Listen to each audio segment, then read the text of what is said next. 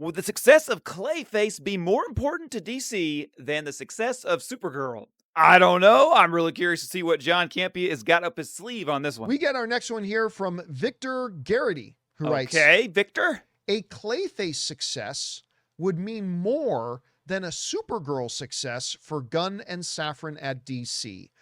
First, put your opinion in the comments whether you think that is true or not and why. At the moment, I think that it's very important for Clayface to succeed because it is a bit of a wild ball. You know what I'm saying? Like it's a wild card. Like it's like, how is that going to tie into Superman and the whole, like DC universe he's building? That's really confusing. So I think the success is important, but I don't know if it would mean more. Let me know what you think in the comments. A Clayface success would mean more than a Supergirl success for Gunn and Safran at DC. You know what? I think that's very astute. I'm going to say that's not an overreaction. Now, don't get me wrong. They want Supergirl to succeed, and it would be very meaningful if Supergirl does succeed. Right. But if Clayface succeeds, I'm listening. That would be a huge hurdle that they would cross. Because, yes, look. Does he mean because, like, it's a horror film? And not just like your regular, superheroes saving people. Like, is that what he's talking about? Because, like Venom, I mean, it's been done. I don't really know why this would be a bigger success. I'm not really sure I'm picking up on what he's putting down. You know what I'm saying? You're running into this brand new cinematic universe. Yes. And of course, you got your big traditional heavy hitters. You got Superman and Batman, and maybe even an argument you can say Supergirl, and you got others coming without one. You got your heavy hitters, Superman, Batman, and maybe in an argument, Supergirl. I agree. Supergirl is a risky first movie choice. These are the first movies. Like, she's number 2. And it is a risky choice because the Supergirl TV series started off strong and quickly got moved, didn't it? Wasn't it like on CBS or something like that? Got moved to the CW. And I mean, it could be the bad writing. It could be people's lack of interest. But it did start off strong, showing there was some interest. But she is arguably in the same camp. She's not necessarily. A lot of people don't even know who she is. They know there's a Supergirl. They know there's a girl that wears the Superman symbol. What they don't know is who that girl is. That's part of why people are so mad. I've not liked the character of Supergirl for many, many years now because she's a little more hot-headed than Superman. She's not quite the Boy Scout or Girl Scout, if you will. She's different, and I don't like that. That doesn't mean that I can't recognize a good story like Woman of Tomorrow. Not my Supergirl, but it's a well-written story. I wish she didn't cuss so much. I wish that she was not drunk in the beginning. But the story is very well written. And that, to me, is why, I think that Supergirl could be arguably not one of the big guys because people just don't know who she is. Wonder Woman coming, okay. But can you expand your success beyond that and make the DCU bigger and hit with some of the non-all-star characters? Because I'll tell you what.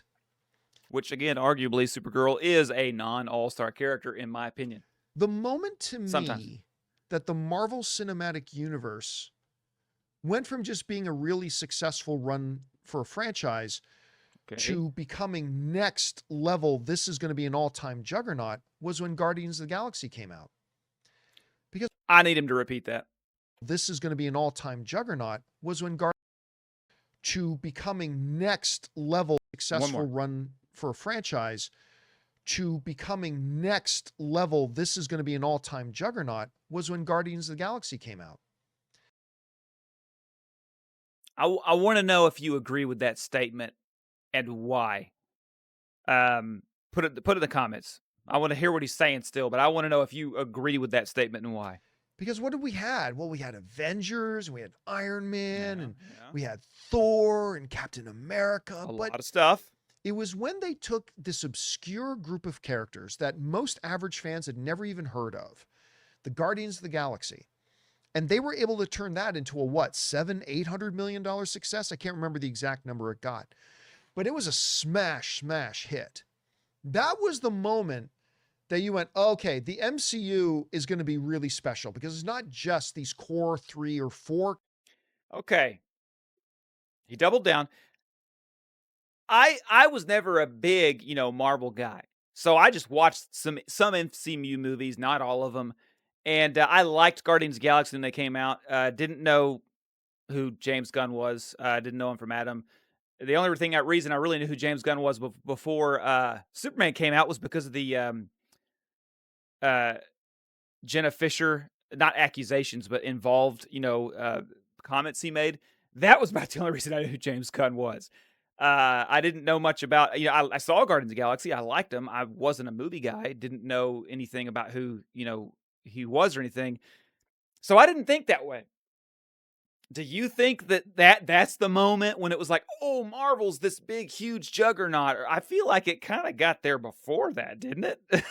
Like, am I wrong? Am I crazy? I feel like it got that way to where people were like, wow, Marvel, before Guardians of the Galaxy came. I vaguely remember, maybe not before, but maybe after the movie, that people were expecting it to not do well because of, like what he's saying, it was characters nobody knew about, right? But yeah, I don't know. I don't know if I agree with that statement or not. Let me know in the comments if you do, because I'm not claiming to be well versed on what Marvel was doing at that time. You know what I'm saying? So maybe that was a pivotal moment for a lot of you. I do agree, though, when he said it was a smash hit. It was, in fact, a hit that nobody expected. It did very well. There was no denying that it did well. There was no denying that people liked it and that it made money. I mean, there's like theme park related stuff they've done with it and stuff. You know what I mean? Like it's big. So that's not deniable. But what could be deniable is that that's the point when it was like, oh, Marvel's a thing. I think that the Juggernaut statement is possibly a little off. I like John Campea a lot. I really do. But I don't know about that. Characters that are going to do well. They can do well with almost any of their characters. So if Clayface and Supergirl both come out this coming year, and they're both really successful. Wait, is Clayface isn't coming out this year, is it? Is it? I can't remember. It will be much more, the Clayface success, I think, will be much more meaningful.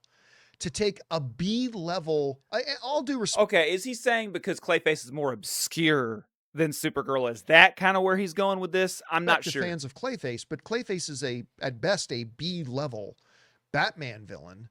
He ain't the Joker. He ain't Penguin. He ain't Riddler. He ain't Catwoman.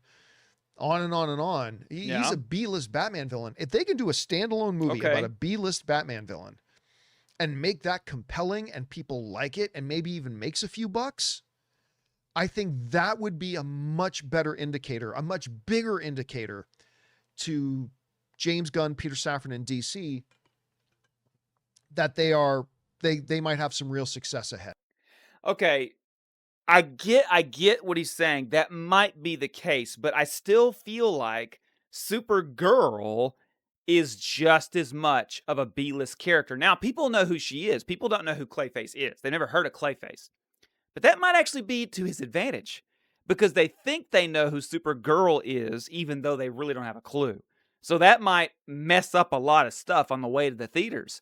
Whereas Clayface is just something totally new. People are like, what? Oh, it's a Batman villain? Oh, he's connected to Batman? That'll make people like very curious because they know Batman's darker and grittier. And a lot of people like that. Whereas Supergirl, people know she's connected to Superman because of the Supergirl. What they don't know is who she is. So I don't know. I'm not sure if I have an opinion on whether or not.